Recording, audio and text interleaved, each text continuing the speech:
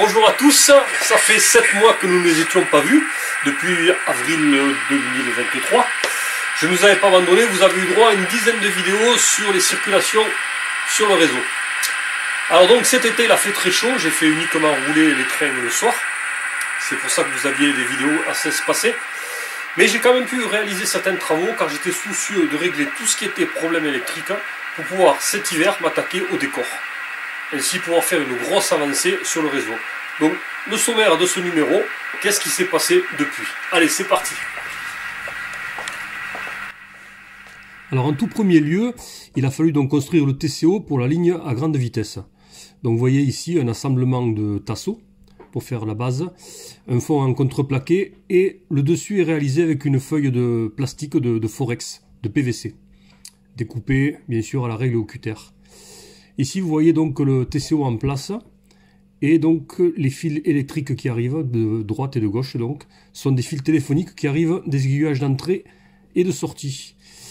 Ici je suis en train de tracer donc sur le Forex le futur tracé à l'aide donc de liseré pour carrosserie.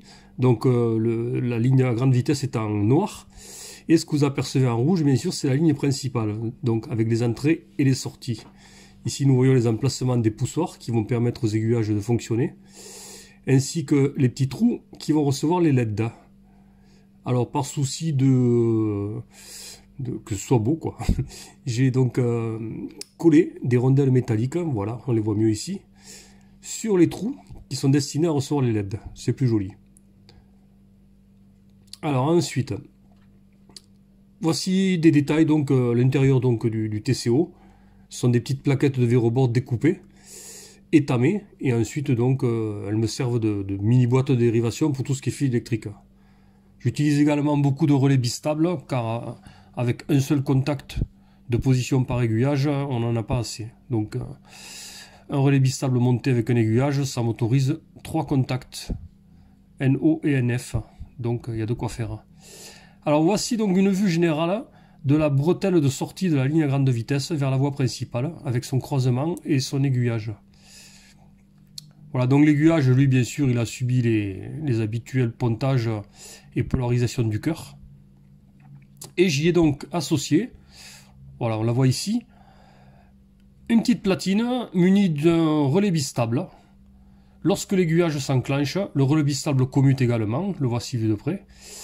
Et grâce à ces 2 contacts auxiliaires, il coupe le courant sur les voies en amont et en aval. Donc un convoi peut sortir tranquillement de la ligne à grande vitesse sur la voie principale. Il ne sera pas heurté ni dans le sens montant ni dans le sens descendant. Voilà, ici on voit donc les 2 fils qui viennent de la coupure sur la voie, par exemple. Alors... les alimentations du réseau, bien sûr, il y en a plusieurs, donc j'ai dû faire un petit centre nerveux, on va appeler. Donc voilà, donc un boîtier. Au fond, nous voyons le câble principal qui arrive avec le neutre et la phase, bleu et marron, ainsi que 2 barrettes de distribution. Ce qui va me permettre d'y brancher tous mes transfos et alimentations qui sont destinés à faire fonctionner le réseau. Donc vous voyez, donc il y a des transfos électroniques, avec des alimentations à découpage, des transformateurs classiques, donc avec des enroulements et des ponts de diode. Voilà, pour l'instant, j'ai 5 transformateurs qui me font fonctionner le réseau. J'ai laissé un emplacement de libre, on le voit au milieu. En plus, bien sûr, de la centrale Lens qui fournit tout ce qui est DCC. Donc là, voilà, j'ai également donc, identifié tous les transformateurs. Alimentation caméra vidéo, alimentation du TCO de Villefranche, alimentation du TCO de Falcon Tower TMD, alimentation éclairage d'Elne, alimentation éclairage du dépôt et de la gare, alimentation du TCO d'Elne. J'ai également fignolé et fini donc mon centre de test. Donc il est muni de 3 voies, d'un ordinateur, un petit PC. La première voie donc est reliée au transformateur JOUF analogique restauré, c'est pour essayer les machines analogiques. Au-dessus, la voie de programmation Lens. Et au-dessus, la voie de programmation avec le SPROG. Le SPROG, lui, au moyen d'une interface, il est relié au PC. Nous voyons ici d'ailleurs le centre vue arrière. Voilà, nous voyons le SPROG avec son alimentation 5 A, 5 A 12 volts, donc qui est mise en place. Ensuite, donc, j'ai identifié tous les endroits du réseau. Je me suis fait tout un tas d'étiquettes que j'ai imprimées. Et j'ai nommé partout sur le réseau donc, les différents emplacements, les gares, les faisceaux de voies, etc. J'ai utilisé des noms de la région des Pyrénées-Orientales, d'où je suis. Voilà, par exemple, si vous avez la coulisse serrée qui est identifiée, donc avec son commutateur rotatif pour les 4 voies. Ici, donc, les fameuses 3 voies donc, sur le banc d'essai. Donc, ils sont identifiés analogiques, voie de programmation DCC SPROG. Voilà, l'interface SPROG, bien sûr, est identifiée. Interface SPROG, alimentation SPROG, bien sûr. Tout ce qui était identifiable l'a été. Alimentation de la centrale lens, ici, vous voyez, donc la prise. Donc, je sais que cette prise est dédiée uniquement à la centrale, par exemple.